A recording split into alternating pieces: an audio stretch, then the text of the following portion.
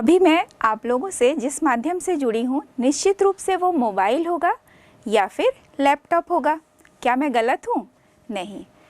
हमारी लाइफ में बहुत सारी चीज़ें ऐसी हैं जो बैटरी से संचालित होती हैं। हमारे घर में जो रेडियो है उसमें भी बैटरी है, टॉर्च है उसमें भी बैटरी है। साथ ही साथ आपने देखा होगा कि हार्ट पेशेंट जो होते हैं जिनका हार्ट ठीक से पंप नहीं करता है तो उन्हें पेस मेकर लगाने की आवश्यकता होती है। पेस मेकर में भी बैटरी लगा होता है। तो इस तरह से देख रहे हैं कि बैटरी हमारे जीवन को भी संचालित कर रही हैं। हम अपने चारों तरफ बैटरी से किस तरह से घिरे हुए हैं। बैटरी यानी जहाँ पर केमिकल एनर्जी और इलेक्ट्रिकल एनर्जी का रिलेशन होता है। तो इसी से रिलेटेड जो अध्याय है वो हम पढ़ने वाले हैं, वो है इलेक्ट्रोकेमिस्ट्री। जैसे इलेक्ट्रोकेमिस्ट्री के और भी जो यूजेस हैं वो हम देख लेते हैं कि यदि मान लीजिए वायरलेस चार्जिंग है।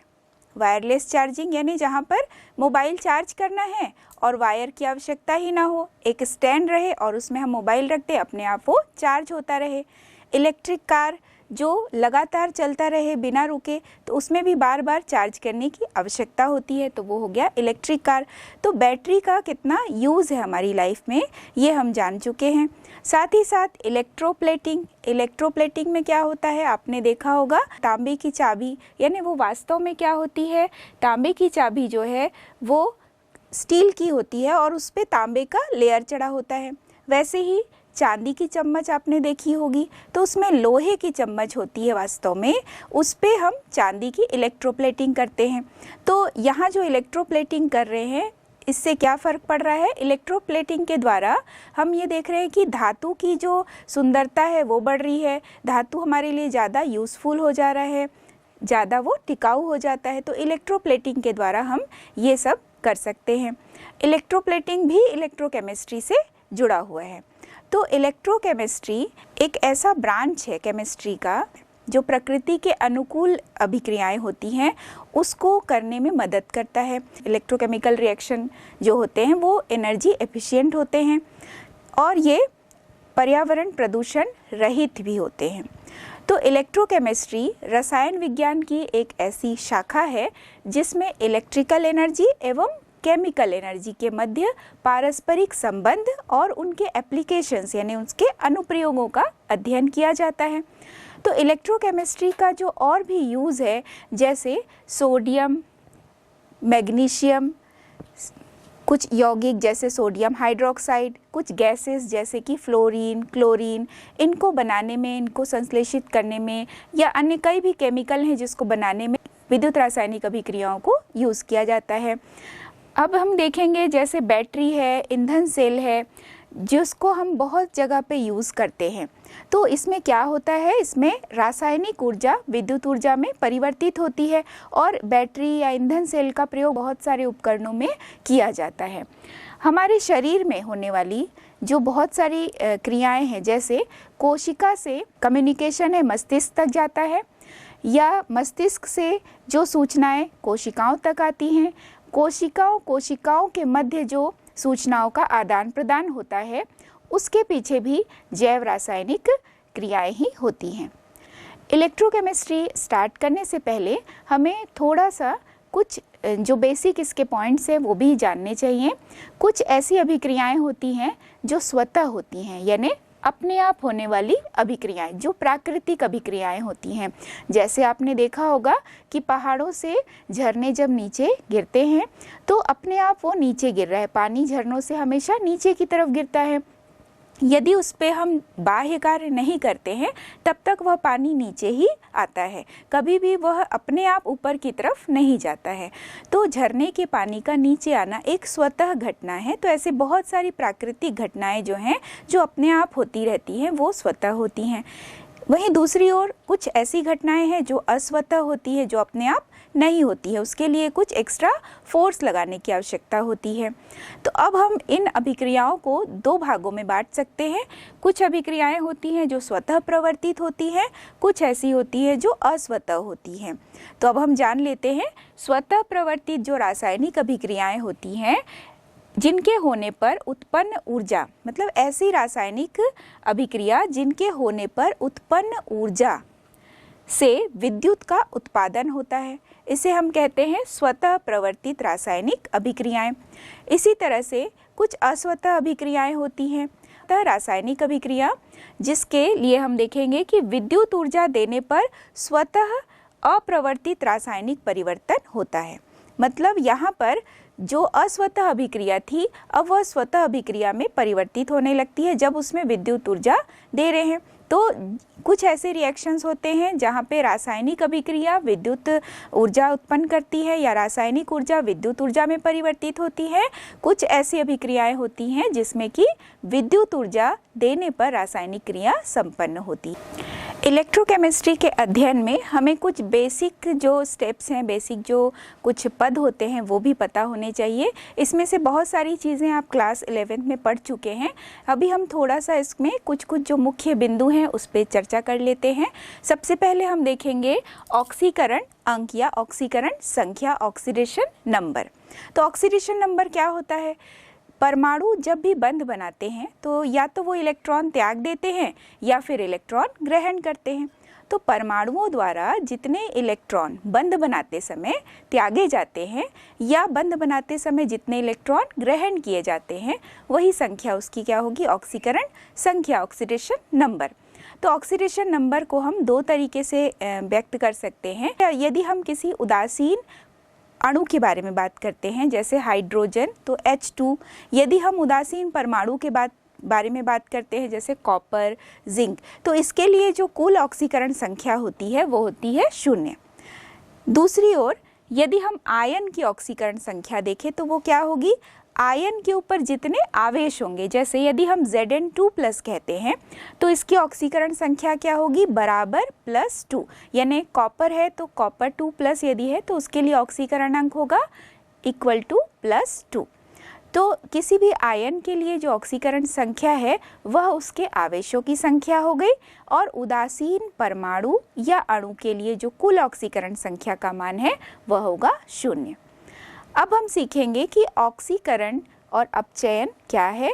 इसके ऑक्सीजन हाइड्रोजन कॉन्सेप्ट को भी पढ़ेंगे और इसके इलेक्ट्रॉनिक संकल्पना के बारे में भी हम जानेंगे।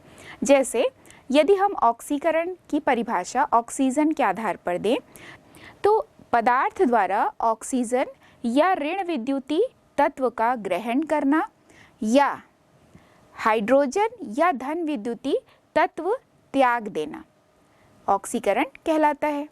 तो ऑक्सीकरण क्रिया में ऑक्सीजन जुड़ेगा या कोई ऋण विद्युती तत्व भी जुड़ सकता है, साथ ही साथ हाइड्रोजन के निकलने या किसी धन विद्युती तत्व के निकलने की क्रिया, तो ये ऑक्सीकरण होगी। एग्जाम्पल में देख लेते हैं, सल्फर ऑक्सीजन से क्रिया करके SO2 बना रहा है, यानी सल्फर का यहाँ ऑक्सीकरण हुआ, सल्फर में ऑक्सीजन ऐड हो रहा है, equal to sulphur dioxide. 2FeCl2 + Cl2 is equal to 2FeCl3। तो यहाँ पर जो Fe है वो फेरस है और जब दूसरी तरफ हम FeCl3 देख रहे हैं वो फेरिक है, तो यहाँ ऑक्सीकरण संख्या जो है वो बढ़ती। हाइड्रोजन या धन विद्युती तत्व का ग्रहण होना, साथ ही साथ ऑक्सीजन या ऋण विद्युती तत्व का निकलना, अपचयन की क्रिया होगी। उदाहरण में Cl2 + H2 equal to 2HCl। तो यहाँ पर जो Cl2 है यानी क्लोरीन है उस पे हाइड्रोजन ऐड हो रहा है तो 2HCl में चेंज हुआ। दूसरा हम रिएक्शन देख रहे हैं 2HgCl2 + SnCl2 is equal to Hg2Cl2 + SnCl4। तो यहाँ जो Hg है उसका अपचयन हो रहा है और पहले वाले में जो क्लोरीन है उसका अपचयन हो रहा है।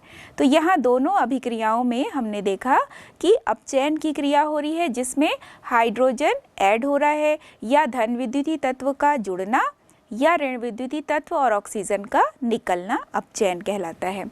यदि हम इलेक्ट्रॉनिक संकल्पना की ओर जाएं तो इलेक्ट्रॉनिक संकल्पना यानी इलेक्ट्रॉन के आदान प्रदान के आधार पर हम ऑक्सीकरण और अपचयन की परिभाषा दे सकते हैं।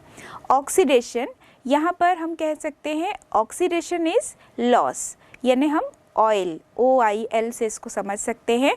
ऑक्सीडेशन की क्रिया में क्या होगी किसी भी परमाणु द्वारा एक या एक से अधिक इलेक्ट्रॉन त्यागे जाएंगे या किसी परमाणु या आयन द्वारा एक या एक से अधिक इलेक्ट्रॉन त्यागे जाएंगे तो वहाँ पर जो क्रिया होगी वो होगी ऑक्सीकरण। ऑक्सीडेशन इज लॉस, मतलब लॉस ऑफ इलेक्ट्रॉन को हम ऑक्सीकरण कहते हैं।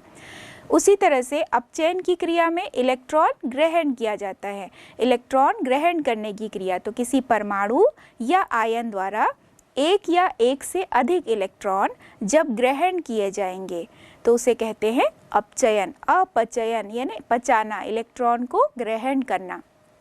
तो यहाँ पर रिडक्शन इज गेन, मतलब यहाँ पर RIG से हम इसे व्यक्त कर सकते हैं। याद रखने के लिए शॉर्टकट हम लिख सकते हैं RIG, reduction is gain, oxidation is loss यानी ऑयल।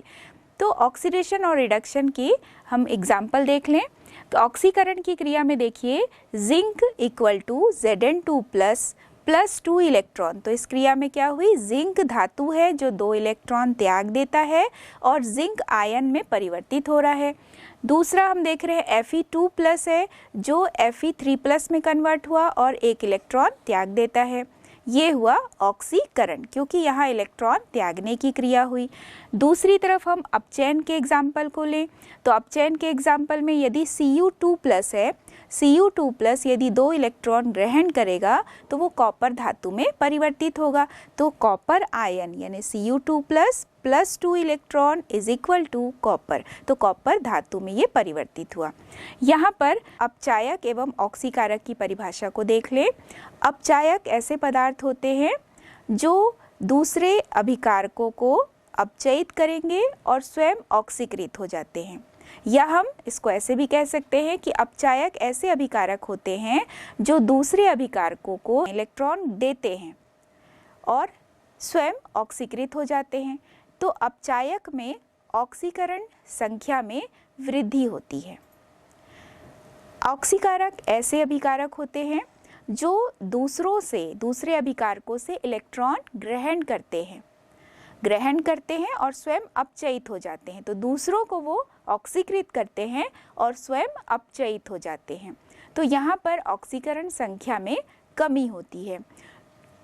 ऑक्सीकारक में ऑक्सीकरण संख्या में कमी होगी और अपचायक में ऑक्सीकरण संख्या में वृद्धि होती है।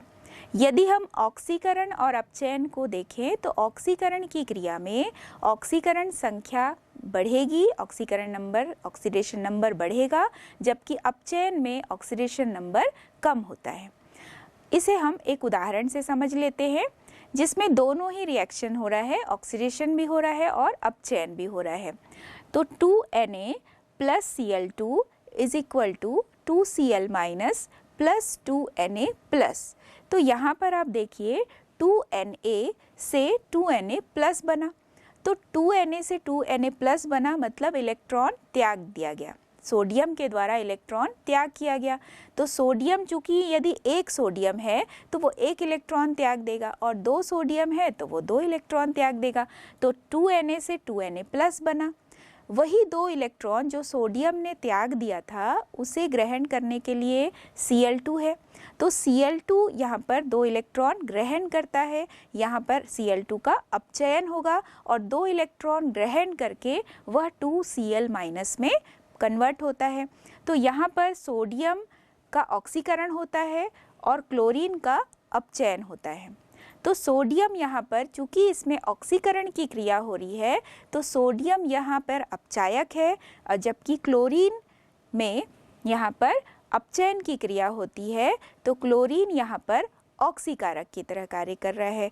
तो आपने देखा इस एग्जाम्पल में कि अपचायक जो है उसमें ऑक्सीकरण हो रहा है और जो ऑक्सीकारक है उसमें अपचयन की क्रिया होती है। या भी कह सकते हैं रेडॉक्स अभिक्रिया में 2 प्रकार से क्रिया हो रही है, ऑक्सीकरण भी हो रहा है और अपचयन भी हो रहा है।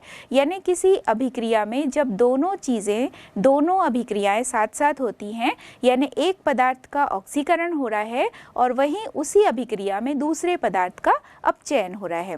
तो ऑक्सीकरण और अपचयन अभिक्रिया जहाँ साथ साथ होती हैं तो इसे रेडॉक्स अभिक्रिया कहते हैं। रिडक्शन प्लस ऑक्सीडेशन, रिडक्शन से हमने लिया ReD और ऑक्सीडेशन से लिया OX, तो दोनों को जब मिलाते हैं तो होता है रेडॉक्स। तो रेडॉक्स अभिक्रिया जहाँ पर दोनों चीज़ें साथ साथ होती हैं।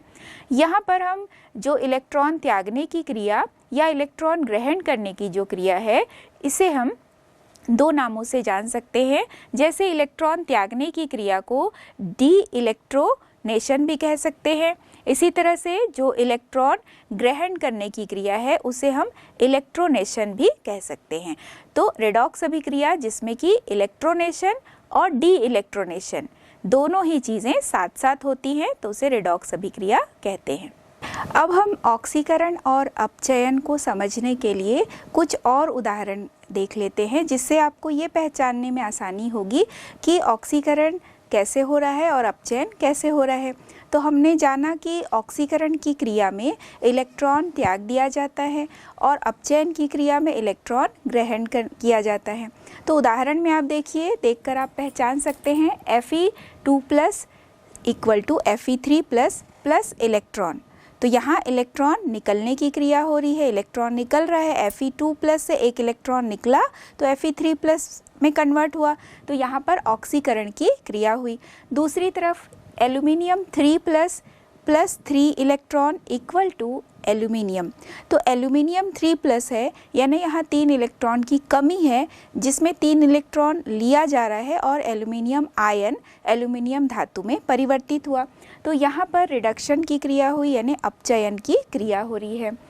दूसरा हम देख रहे हैं manganese Mn2+ plus 2H2O is equal to MnO2 plus 4H plus 2 electron. तो यहाँ पर भी इलेक्ट्रॉन निकल रहा है, तो इलेक्ट्रॉन निकलने की क्रिया लॉस ऑफ इलेक्ट्रॉन ऑक्सीडेशन या ऑक्सीकरण कहलाता है। अगला रिएक्शन आप देखिए, 2H2O plus 2 electron equal to H2 plus 2OH minus. तो यहाँ पर इलेक्ट्रॉन ग्रहण करने की क्रिया हो रही है, यानी गेन ऑफ इलेक्ट्रॉन। तो गेन ऑफ इलेक्ट्रॉन यहाँ पर क्या होगा, अपचयन, इलेक्ट्रॉन लेने की क्रिया, अपचयन की क्रिया। तो आप ऐसे कई अभिक्रियाओं का अध्ययन करके, उसको प्रैक्टिस करके पहचान सकते हैं कि ऑक्सीकरण की अभिक्रिया कौन सी होती है और अपचयन की अभिक्रिया कैसी होती है। अब हम जानेंगे कि विद्युत अपघट्य क्या होते हैं। विद्युत अपघट्य ऐसे पदार्थ होते हैं जो जलीय विलयन में या गलित अवस्था में, यानी पिघली अवस्था में विद्युत धारा का प्रवाहन कर सकते हैं। तो इसमें जो विद्युत धारा का प्रवाहन होता है वो आयनों के कारण होता है।